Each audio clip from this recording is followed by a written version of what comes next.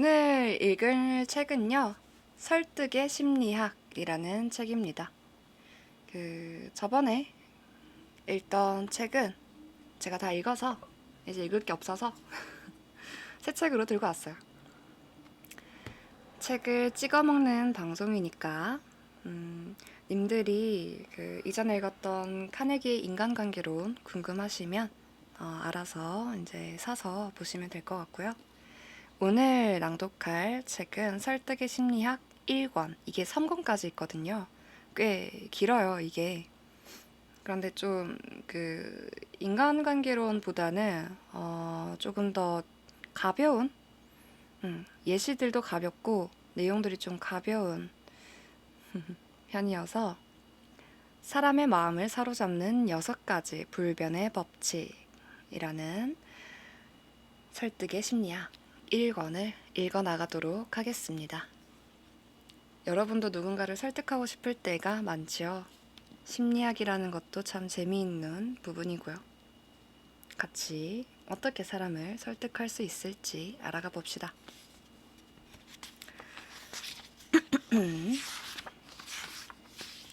파트 1 설득의 무기. 소제목: 문명의 발전은 인간이 의식적인 사고 없이 자동적으로 수행할 수 있는 작업이 늘어나면서 이뤄진다. 라는 알 수 없는 말이 있었고요. 본문: 어느 날 애리조나 주에서 인디언 장신구 상점을 개업한 친구의 전화를 받았다. 친구는 놀라운 일이 있다며 한껏 흥분한 상태였다. 그 흥미진진한 사건에 대해 심리학자인 나에게 뭔가 합리적인 설명을 들을 수 있으리라 기대한 친구는 한동안 판매가 되지 않아 골치 썩던 터키석 장신구와 관련한 이야기를 꺼냈다.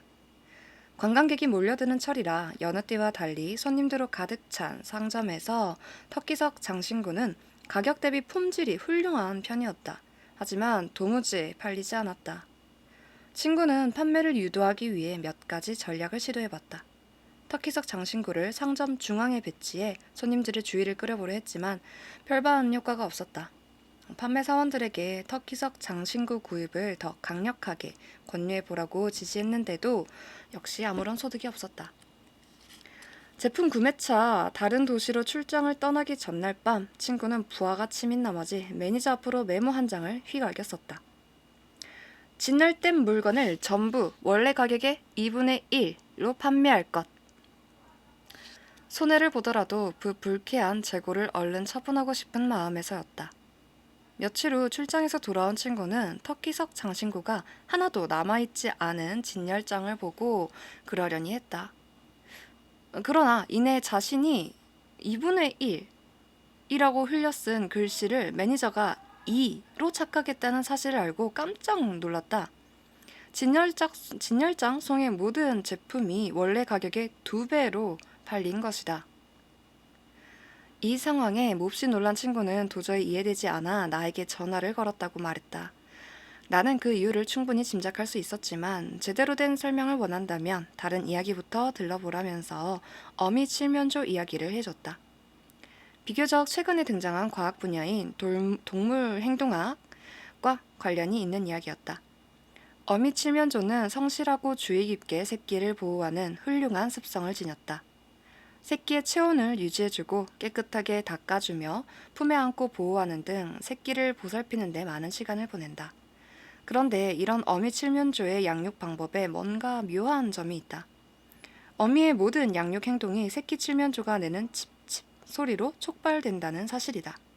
냄새나 촉감, 외모 같은 새끼들의 특징은 어미의 양육 행동을 유발하는 원인에서 부차적인 역할을 하는 듯 보인다. 새끼가 칩칩 소리를 내면 어미는 새끼를 보살핀다. 새끼가 칩칩 소리를 내지 않으면 어미는 새끼를 무시하거나 죽이는 경우도 있다. 무시무시하네요. 극단적으로 한 가지 소리에만 의존하는 어미칠면조의 행동은 동물행동학자 폭스가 어미칠면조와 박제 족자비를 이용해 실행한 실험에서 극적으로 밝혀졌다. 족제비는 칠면조의 천적이기 때문에 족제비가 접근해 오면 어미칠면조는 꽥꽥거리며 부리로 쪼고 발톱으로 핥히는 등 거친 반응을 보인다. 폭스의 실험에서도 박제 족제비를 실에 매달아 어미칠면조 앞으로 끌고 가자 어미칠면조의 난폭한 공격이 즉시 이어졌다. 그러나 박제 족제비 뱃속에 새끼 칠면조의 칩칩 소리가 나는 작은 녹음기를 넣어 어미 칠면조에게 접근시키자 어미 칠면조는 족제비를 품에 안기까지 했다. 하지만 녹음기를 끄자 곧바로 족제비를 맹공격하기 시작했다. 예시가 오히려 더 헷갈리게 만들어주는 것 같긴 한데 예시 자체는 흥미롭네요. 아무런 그 냄새나 외관이나 뭐 모양새 이런 거 다 상관없이 칩칩 이 소리에 어떠한 모성이죠. 모성이 발동한다는 이 예시 흥미롭고요. 하지만 그 전에 얘기했던 그 2배로 가격을 적었더니 오히려 이게 뭐였지? 장신구, 터키석 장신구가 다 팔렸다 라는 거는 아무래도 사람 심리가 비싸면 더 좋을 것이다. 비싸면 더 여기 여행 온 김에 좋은 거, 질 좋은 거 사고 싶다. 이런 사람 심리가 있기 때문에 팔린 것 같다라는 생각이 들고요. 하지만 이어서 얘기했던 이 칠면조 예시는 왜 한 건지 한번 읽어나가 보겠습니다. 소제목 누르면 작동한다. 본문 어미 칠면조의 행동은 상당히 우스꽝스럽다. 칩칩 소리를 낸다는 이유만으로 천적을 품어주고 칩칩 소리를 내지 않는다고 새끼를 학대하고 심지어 죽이기까지 하는 어미 칠면조는 마치 단 하나의 소리에 따라 모성 본능이 좌지우지되는 자동 인형처럼 보인다. 동물 행동학자들에 따르면 칠면조한테서만 이런 행동이 나타나는 것은 아니라고 한다. 맹목적이고 기계적인 행동 패턴이 광범위한 생물종에서 규칙적으로 관찰된다는 것이다. 고정 행동 패턴이라고 불리는 이 행동은 주로 구애나 교미의식 같은 복잡한 행동과 관련이 있다. 고정 행동 패턴의 기본적인 특징은 패턴을 구성하는 행동이 항상 동일한 방식과 순서로 일어난다는 점이다. 마치 동물 내부의 어떤 기록 장치에 이러한 패턴들이 적혀 있기라도 하듯이 말이다. 구애 행동이 필요한 상황이 오면 구애 행동 기록 장치가 작동한다. 양육 행동이 필요한 상황이 오면 양육 행동 기록 장치가 작동한다. 버튼을 누르면 적절한 기록 장치가 작동하고 기록 장치가 작동하면 일련의 표준 행동이 뒤따른다. 말을 어렵게 했는데 버튼을 누르면은 기억하고 있던 내가 해야 하는 행동이 자동적으로 자동 반사적으로 나온다는 말이죠. 여기서 가장 흥미로운 점은 기록 장치가 작동을 시작하는 방식이다. 예를 들어 동물의 텃세 행동을 보자. 동물은 대개 같은 종에 속하는 다른 동물의 침입을 받으면 엄중한 경계태세를 취하고 침입자를 위협하면서 필요한 경우 공격적인 행동도 감행한다. 그러나 이 시스템에도 묘한 부분이 있다. 텃세 행동을 촉발하는 것이 경쟁 상대의 존재 전체가 아니라 유발 요인이라는 몇 가지 특징이기 때문이다. 유발 요인은 깃털의 색깔처럼 침입자의 존재 중 극히 일부분의 특성에 해당하는 경우가 많다. 예를 들어 수컷 울새는 진짜 울새가 아니라 자기 영역에 남아있는 다른 수컷 울새의 가슴에서 빠진 붉은 깃털 뭉치만 보고도 경쟁자 울새한테 탑세권을 침범당한 듯 격렬한 반응을 보인다는 동물 행동학자들의 실험 결과도 있다. 한편 붉은 가슴 깃털을 제거한 완벽한 수컷 울새 모양의 박제에는 철저하게 무관심했다.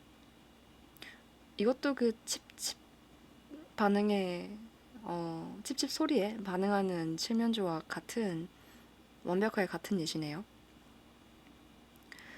다른 종류의 새한테서도 유사한 결과가 나타나는데 흰 눈썹 울새의 텃세 행동을 유발하는 요인은 푸른색의 특이한 가슴 깃털인 것으로 밝혀졌다. 이러한 유발 요인을 장황하게 얘기하는 이유가 뭘까?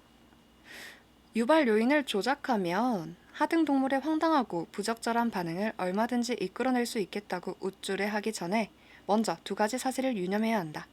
첫째, 동물의 자동적인 고정 행동 패턴은 거의 완벽하게 제 역할을 수행한다. 예를 들어 건강하고 정상적인 새끼 칠면조만이 그 특유의 소리를 낼 수 있기 때문에 어미 칠면조가 정상적인 칩칩 소리에만 모성 반응을 보이는 것은 당연하다. 평범한 어미 칠면조는 그 자극 하나에만 반응을 보여도 대부분의 경우 올바른 대처가 가능하다. 어미 칠면조의 자동적인 반응이 어리석어 보이는 것은 짓궂은 과학자가 개입해 상황을 조작했을 때뿐이다. 둘째, 우리 인간에게도 나름대로 프로그램된 기록 장치가 있다. 이 말을 하려고 동물의 예시를 이렇게 많이 얘기를 했던 것 같은데, 이 기록 장치는 보통 우리에게 이로운 방향으로 작동하지만 유발 요인이 엉뚱한 순간에 기록 장치를 작동시켜 우리를 바보로 만드는 경우도 간혹 있다. 동물들의 이런 반응과 유사한 사람의 자동 반응은 사회심리학자 앨런 랭어와 동료 연구진의 실험을 통해 명확히 밝혀졌다. 널리 알려진 인간 행동의 원칙 중 한 가지는 누군가에게 부탁할 때 이유를 밝히면 더 성공적인 결과를 얻을 수 있다는 것이다. 사람들은 자신의 행동에 이유가 있기를 원하기 때문이다. 랭어는 도서관 복사기 앞에 줄을 서 있는 학생들에게 실례합니다. 제가 서류 5장이 있는데 복사기를 먼저 사용해도 될까요? 왜냐하면 지금 제가 몹시 바빠서요. 라는 작은 호의를 청하는 실험에서 이런 사실을 입증했다. 이유를 붙인 이런 부탁은 거의 절대적인 효과를 발휘했다. 요청받은 사람들 중 94%가 순서를 양보한 것이다. 이 성공 확률을 실례합니다. 제가 서류 5장 있는데 복사기를 먼저 사용해도 될까요? 라고 이유를 덧붙이지 않은 채 물어본 경우의 성공 확률과 비교해보자. 이 경우에는 60%만 승낙했다. 언뜻 보면 두 실험의 결정적 차이가 왜냐하면 제가 지금 몹시 바빠서요 라는 추가 정보의 유무에 있는 듯 보인다. 그러나 랭어가 세 번째 실험에서 사용한 또 다른 문장을 살펴보면 전혀 그렇지 않다는 사실을 알 수 있다. 차이를 유발한 것은 이유를 설명하는 문장 전체가 아니라 문장의 첫 단어인 왜냐하면 because 이기 때문이다. 랭어는 세 번째 실험에서 양보를 부착하는 진짜 이유를 밝히는 대신 왜냐하면 이라는 단어를 말한 후 전혀 새로운 내용 없이 이미 밝혀진 사실을 다시 언급하도록 했다. 실례합니다. 제가 서류 5장 있는데 복사기를 먼저 사용해도 될까요? 왜냐하면 제가 복사를 좀 해야 하거든요. 정말 같은 말 했네요. 무드러워서 부드럽다 라는 오늘 그 처음처럼의 카피를 하나 내가 보고 어이가 없었던 게 있었는데 그게 생각이 나네. 실험 결과는 거의 모든 사람인 약 93%의 승낙으로 나타났다. 승낙할 만한 어떤 실제적인 이유나 새로운 정보가 없는데도 말이다. 박제 족제비에게서 흘러나오는 새끼 칠면조의 칩칩 소리가 어미 칠면조의 자동적인 양육 행동을 촉발했듯이 양보를 요청하는 이유가 전혀 제시되지 않은 경우라도 왜냐하면 이라는 단어는 랭어의 피실험자들로부터 자동적인 승낙을 유발했다. 누르면 작동하는 것이다. 위시님도 이런 경험 있으세요? 누군가가 어떤 호의를 베풀어 달라고 얘기를 할 적에 조금 더 이유를 구체적으로 설명을 하면은 조금 더 마음이 가서 베풀어 주거나 아니면 내가 누군가에게 부탁을 할 적에 구구절절 이렇게 얘기를 좀 길게 늘어놓게 되거나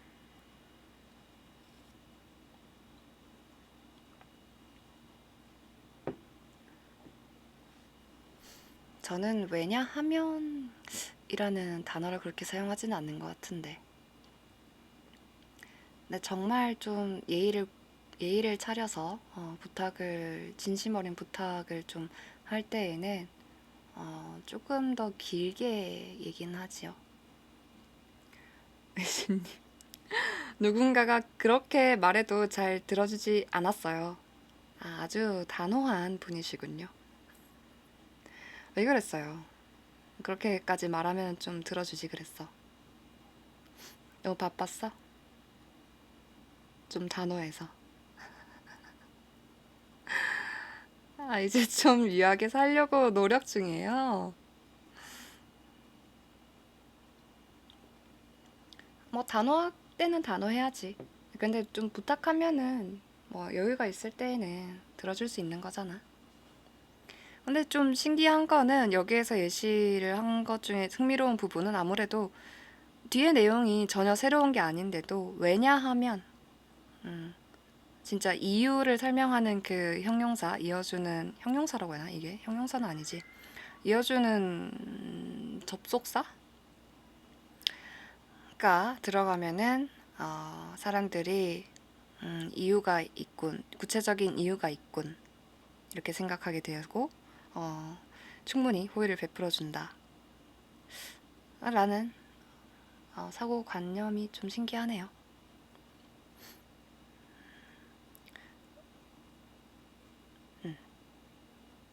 물론 랭어는 인간의 행동이 기록장치가 작동하듯 항상 기계적인 방식으로 이뤄지지 않는 경우도 많다는 사실 또한 추가 실험을 통해 밝혀냈다. 그렇지만 랭어를 비롯한 여러 연구자는 인간 행동 대부분에서 그런 자동 반응이 나타난다는 사실을 확신했다. 점원의 실수로 원래 가격이 2배로 판다는 가격표가 붙자마자 터키석 장신구에 우르르 몰려든 상점 고객들의 기이한 행태를 생각해보자. 누르면 작동하는 반응이 아니고서는 그들의 행동을 달리 설명할 방법이 없다.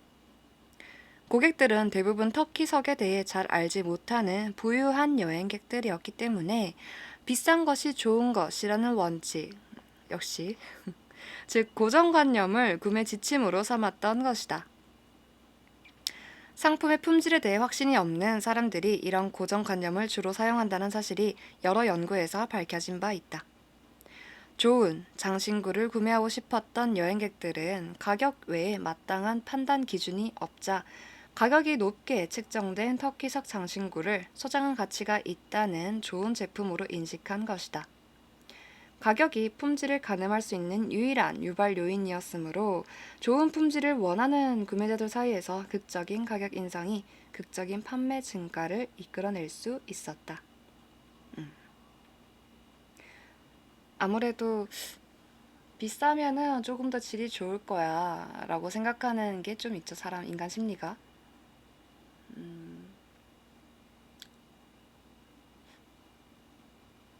나는 그런 게 있었을까 한번 생각을 해보고 있는데,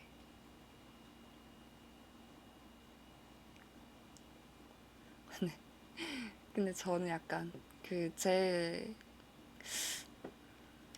저의 그 뭐랄까, 취향이 좀 확고한 편이어서,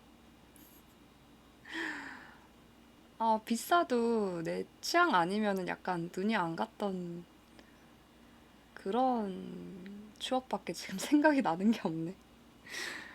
근데 보통은 이렇다고 하죠. 남자들 시계가 좀 그래요.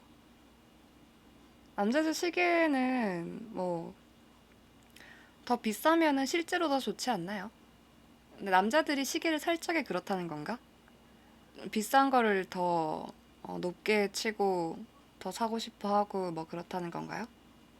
음, 네. 더 비싸도 크게 차이가 없는데, 음, 아주 현실적인 차라리 그 돈으로 스마트워치 여러 개 사는 게 낫다. 음, 현실적인 소비자군요. 어, 저번에 뭔가 얘기했던 그 개념이 생각나려고 하는데 생각이 안 나네. 돈 아까워 죽겠어요. 음, 합리적인 소비를 하는 게 현명한 소비자죠. 근데 보통은 사람들 인식에는 비싼 것이 좋은 것이라는 그 기본 원칙이 있기는 합니다. 저도 동의를 해요. 비싸면은 더 맛있을 것 같고 더 좋은 재료를 썼었을 것 같고 음식에 대해서는 좀 이런 게 있네요. 여튼 다음 소제목 의사결정의 지름길 부문 터키석 장신구를 산 여행객들의 어리석은 구매 결정을 비웃기는 쉽지만 유심히 살펴보면 좀 더 관대한 시각을 가질 수 있다. 그들은 싼 게 비지떡이라고 배우며 성장했고 현실 속에서 그 규칙이 입증되는 것을 끊임없이 목격하며 살아온 사람들이다. 싼 게 비지떡이라는 규칙은 오래지 않아 비싼 것이 좋은 것이라는 규칙으로 대체됐을 가능성이 높다. 물론 과거에는 비싼 것이 좋은 것이라는 고정관념이 확실한 효과를 발휘했을 것이다. 가격은 통상적으로 제품의 가치가 높아질수록 올라가기 때문이다. 높은 가격은 높은 품질을 반영한다. 따라서 제일 좋은 터키석 장신구를 구매하고 싶지만 터키석에 대한 지식은 전무한 여행객들이 장신구의 가치를 결정하기 위해 가격이라는 신뢰할 만한 기준에 의존한 것은 당연하다. 스스로 의식하지는 못했겠지만 오직 터키석 장신구의 가격에만 반응한 여행객들은 사실상 의사결정의 지름길을 선택한 셈이다. 터키석 장신구의 가치를 보여주는 모든 특징을 철저하게 파악해 선택 가능한 여러 구매 결정 방식을 탐색하는 대신 제품의 품질과 관련이 있다고 여길 수 있는 단 하나의 특징에만 의존하는 지름길을 택한 것이다. 그들은 가격이 모든 것을 말해준다고 믿었다. 다만 2분의 1을 2로 오해하는 누군가의 실수 때문에 잘못된 의사결정을 하고 말았지만 장기적인 관점에서 살펴보면 좋은 품질의 제품을 구매하기 위해 높은 가격을 지불하는 구매 결정의 지름길을 선택한 것은 가장 합리적인 선택이라고 할 수 있다. 모든 이런 상황을 알고 있는 저희 입장에서는 에이, 이걸 속아 넘어갔네 이렇게 볼 수도 있겠지만 누군가는 하지만 그냥 사실 그 자체만 봤었을 적에는 그 사람들 입장에서는 가장 합리적이고 빠른 의사결정의 수단으로 어, 선택을 한 것이겠죠.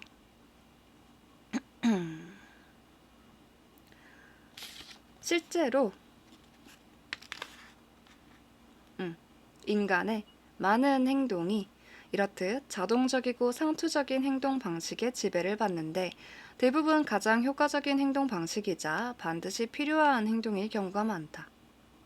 우리는 현재 유래를 찾아보기 힘들 정도로 급변하는 복잡하고 혼란스러운 환경에서 살아가고 있다. 이런 환경에 적응하려면 지름길이 필요하다. 단 하루라도 일상에서 만나는 모든 사람과 사건, 상황의 모든 측면을 전부 인식하고 철저히 분석하며 사는 것은 불가능하다. 그럴 만한 시간도 에너지도 능력도 부족하다. 따라서 우리는 고정관념이나 경험 법칙 등을 사용해 몇 가지 핵심적인 특징으로 대상을 분류하고 이런 특징들이 나타날 때에는 특별한 사고 과정 없이 자동적으로 반응할 수밖에 없다. 맞아요. 약간 그런 거죠. 그 인간의 카테고리화. 어떤 한 사람을 딱 보면은 저 사람은 이런 유형이겠구나. 이 사람은 좀 이런 스타일이구나. 뭐 이렇게 좀 자만을 하는 경우가 좀 있죠. 저도 어떤 특징을 가진 사람을 보면은 각 나온다. 뭐 이렇게 생각할 때도 있었던 것 같고요. 음. 이게 뭐 요즘 말로 그 쎄하다 뭐 이런 식으로 표현하는 것처럼 누구 보면은 쎄한데 이거는 일정 기간 동안 우리 데이터가 축적된 그 판단이라고 보는 것들. 음. 그래서 이런 것들이 자동적이고 상투적인 행동 방식의 지배라고 하는데 특별한 사고 과정 없이 자동적으로 반응하는 빅데이터라고 볼 수가 있겠죠. 때로는 정형화된 행동 방식이 주어진 상황에 적절하지 않을 수도 있다. 아무리 훌륭한 고정관념이나 유발 요인이라고 할지라도 항상 효과를 발휘하지는 않기 때문이다. 그러나 다른 대안이 없으므로 고정관념의 부정확성을 수용할 수밖에 없다. 그렇지 않으면 우리는 목록을 만들고 평가하고 숙고하느라 꼼짝 못한 채 시간만 보내고 될지도 모른다. 현대사회의 징후들을 보면 앞으로는 이런 고정관념에 더욱더 의존하게 될 가능성이 높다. 점점 더 복잡 다단해지는 삶의 자극에 대처하려면 지름길을 활용할 수밖에 없기 때문이다. 그렇죠. 우리가 어떠한 면접관도 아니고 매 살아가는 순간순간마다 만나는 사람들, 저 사람의 그 구체적인 어떠한 다른 포인트들은 이런 게 있을 거야. 이런 다른 특이점이 있을 거야. 이렇게 생각하기에는 우리가 너무 바쁘죠. 하지만 그 모든 틀을 깨고 이렇게 독특한 면이 있는 사람들은 또 빛나기 마련이고요. 심리학자들은 한 연구에서 우리가 일상적인 판단을 내릴 때 사용하는 여러 가지 의사결정의 지름길을 밝혀냈다. 휴리스틱스, 가로 열고 모든 경우를 고려하는 대신 경험을 통해 나름대로 발견한 편리한 기준에 따라 일부만 고려해 문제를 해결하는 방법, 가로 닫고 라고 합니다. 라는 이 지름길은 비싼 것이 좋은 것이라는 원칙과 유사한 방식으로 작동한다. 사고 과정을 단순화시키기 때문에 대부분의 경우 효과를 발휘하지만 치명적인 실수를 저지를 가능성도 배제할 수 없다. 이 책의 내용과 관련해 특히 주목할 만한 것은 상대방의 말을 믿고 따르게 하는 휴리스틱스이다. 예를 들어 전문가의 말은 진실이라는 지름길 원칙을 생각해보자. 파트 6에서 살펴보겠지만 우리 사회는 특정 분야의 권위자로 여기는 사람의 발언과 지시를 맹목적으로 추종하는 어리석은 경향이 있다. 전문가의 주장을 스스로 검토한 후 납득하는 것이 아니라 주장과는 상관없이 전문가라는 지위에 설득을 당하는 것이다. 이건 굉장히 조심해야 하는 부분이라고 저도 생각을 합니다. 특정 상황에서 주어진 하나의 정보에 기계적으로 반응하는 이런 경향이 바로 누르면 작동하는 방식의 자동 반응이다.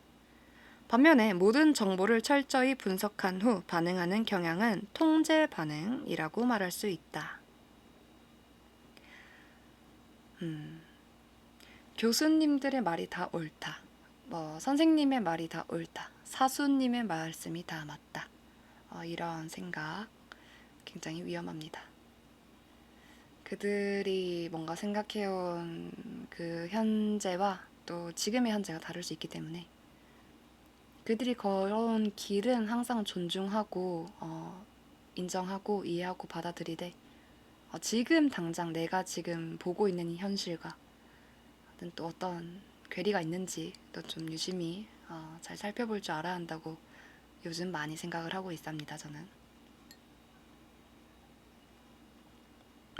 그렇다고 다 막 퇴하고 이렇게 하면 안 되고요. 그분들이 걸어온 길은 항상 존중해야죠. 여러 연구에서 사람들에게 정보를 신중하게 분석할 의지와 능력이 있을 때 사람들은 통제 반응을 더 많이 보이는 것으로 밝혀졌다. 그렇죠. 여유가 있으면 더 꼼꼼하게 살펴볼 수 있죠. 그렇지 않을 때에는 훨씬 더 쉽고 간편한 누르면 작동하는 방식을 보일 확률이 높다. 미주리 대학교 학생들을 대상으로 실시한 연구를 예로 들어보자. 연구진은 피실험자들에게 모든 학생은 졸업 전에 반드시 종합시험을 통과해야 한다 라는 내용의 새로운 학사 정책을 지지하는 발언을 녹음해서 들려줬다. 자신이 졸업하기 전인 다음 해부터 당장 종합시험이 실시된다는 말을 들은 학생들은 감정적인 동요를 보였다. 당연히 발언의 내용도 주의 깊게 분석해 보려고 노력했다. 하지만 자신이 졸업하고 나서 한참 후에나 종합시험이 실시된다는 말을 들은 학생들은 감정적인 반응을 거의 보이지 않았다. 주장의 타당성을 주의 깊게 검토할 의지를 찾을 수 없음은 당연했다. 연구 결과는 간단했다. 피험자들은 개인적으로 자신과 관련이 없는 주제에 대해서는 주로 교육 문제에 관한 화자의 전문성을 판단 기준으로 삼았고, 이 경우 주장의 타당성과 상관없이 전문가의 말은 진실이라는 규칙을 적용했다. 반면에 개인적으로 자신과 관련이 있는 주제에 대해서는 화자의 전문성과 상관없이 주로 주장의 타당성이 판단 기준이 됐다. 말을 어렵게 이것도 한 것 같은데 나랑 연관이 있으면 나와 관련된 거면은 쫄려가지고 뭔 내용이지? 이 말이 맞나? 아니야, 어떤 오점이 있을 거야. 나 지금 당장 내년에 바로 시험 보는 거 말도 안 돼. 최대한 미룰 수 있는지 아니면은 이거를 어떻게 회피할 수도 있는지 이런 걸 좀 알아가 보자. 이런 생각들을 할 수 있겠다라고 볼 수 있겠죠. 그리고 나랑 좀 먼 얘기, 나 아직 졸업하려면은 뭐 멀었고 이거 시험 한참 뒤에 보는 거네. 하면은 교수가 그렇게 공고를 냈구나. 교수님이 낸 공고니까 그대로 시행되겠지. 그러려니 이렇게 봤다. 라는 거겠죠. 그냥 결국에는 나랑 관련이 있느냐 없느냐에 따라서 어떠한 전문가의 말이라도 그거에 반박할 의지가 생기느냐 아니면은 나랑 관계 없으니까 전문가 말이 맞겠다 하고 넘기느냐.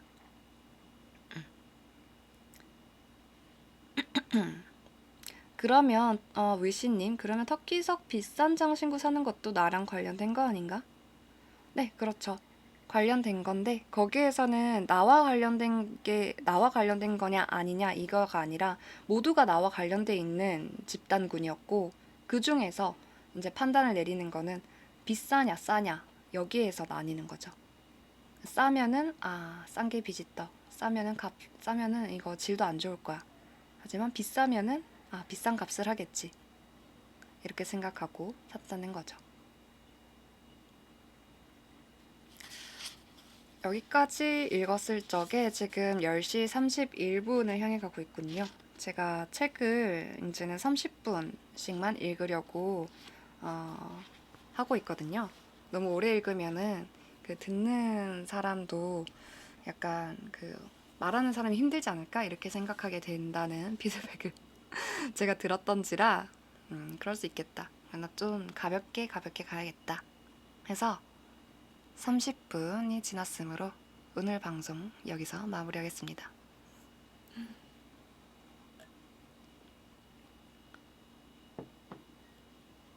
하지만 매일 이 시간에 하도록 노력할 거고요. 내일도 한 10시 되기 10분 전부터 노래 틀기 시작해서 잡담 시간 잠깐 가지다가 10시 반까지 낭독을 진행하도록 하겠습니다. 다음 이야기가 궁금하시면 연구 결과에 대한 내용이 궁금하시면 내일 또 뵙도록 해요. 너무 짧아서 아쉽죠? 아쉬운 만큼 내일 또 만나기. 다들 잘 자요. 안녕.